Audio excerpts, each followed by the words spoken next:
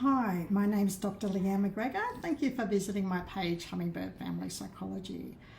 So today, what I wanted to do is I've actually written a book and I'm in the process of finishing off the last edits and looking at getting published, so very exciting. This book has been 11 years in the making. I started it in 2017 and stopped writing it there and then didn't pick it up until October last year, and it's been a slow process to get to where I am today. So I'm on just finished the final edits and we'll be looking at where I want to get it published. So what I thought I would do today is just read an excerpt for you from my book. The book's title, it's a working title, I haven't definitely decided on the title yet, is called Losing My Mind in Childbirth and Finding My Way Back Again. My hope for my book, I will read to you at the end. I'm going to read you a little bit of the second chapter and then I'll read the final prologue, just the last couple of paragraphs. So I'll just, I'm going to be reading it off my laptop, so just bear with me. So it's chapter 2 and it's titled One Flew Over the Cuckoo's Nest. So I have changed the names of the hospital, of my daughter's name and her father's name, just so you're aware when I'm saying the names that, that they're not the correct names for things. So I'm calling the hospital I was at Ratchet. So it starts off, Ratchet. I was transferred by ambulance to Ratchet Private Hospital with Ben, my mum, and Tori following behind. So Ben is Tori's dad, Tori is my daughter. My mind was a muddle at this time. I was still having spiritual phenomena, but it was muddled with the medication and not really knowing what was happening to me. It felt like I was watching myself from afar. It was ironic for me to be the patient and experience what it felt like to be hospitalised for mental health reasons. Very humbling. It also highlighted how distressing the experience can be for both patient and family who often are left in the dark about what is really going on.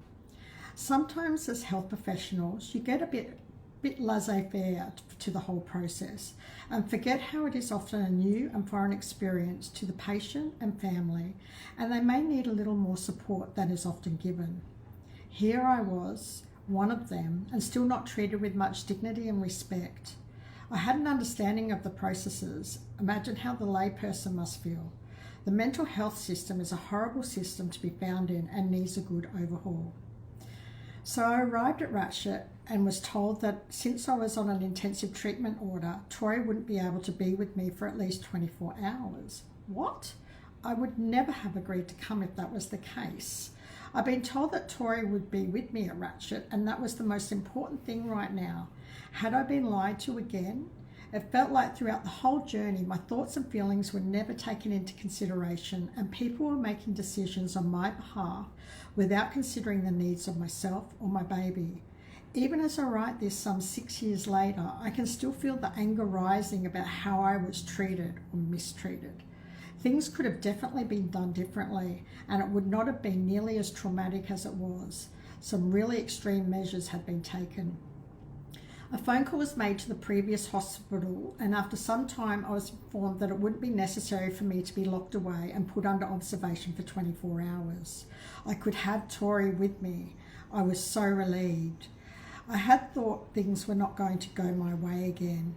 I had not believed I'd be placed into hospital in the first place and was instead taken to hospital by the police. I thought they would realise a mistake had been made and send me home once I arrived, but that was not to be. To my shock and disbelief, I was admitted to hospital. Not only admitted, but transferred to another hospital without my baby in the middle of the night. Tori was 5 days old at this stage, just to put some context into that. Now I found myself in a mother-baby unit on an intensive treatment order. An intensive treatment order is something that you're being held against your will, basically.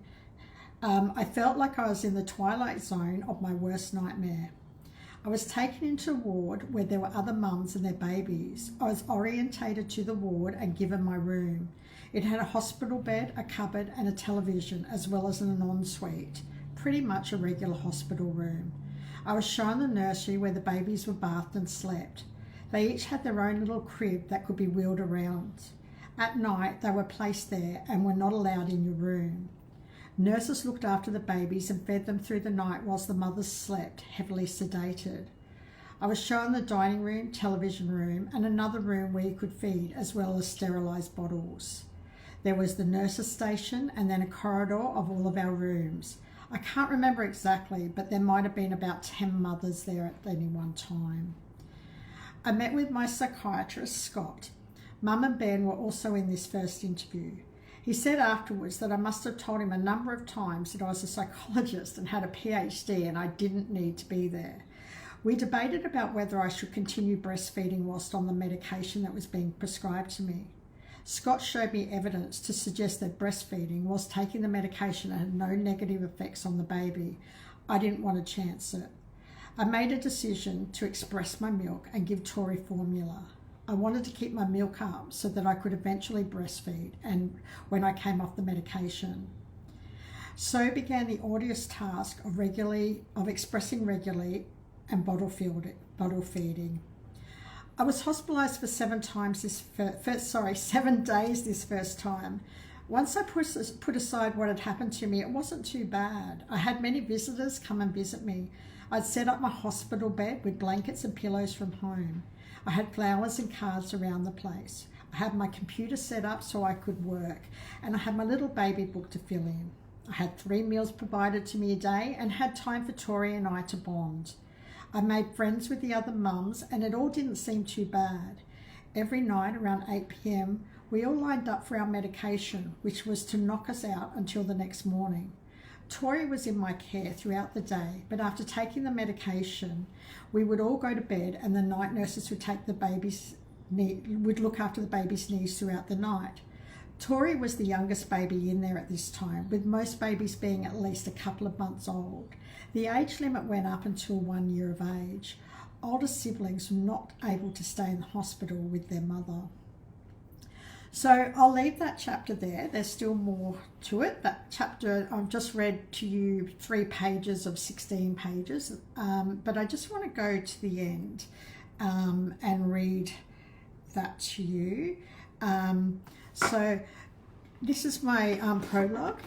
To conclude, this memoir is not just about the journey Tori and I have been on over the last decade.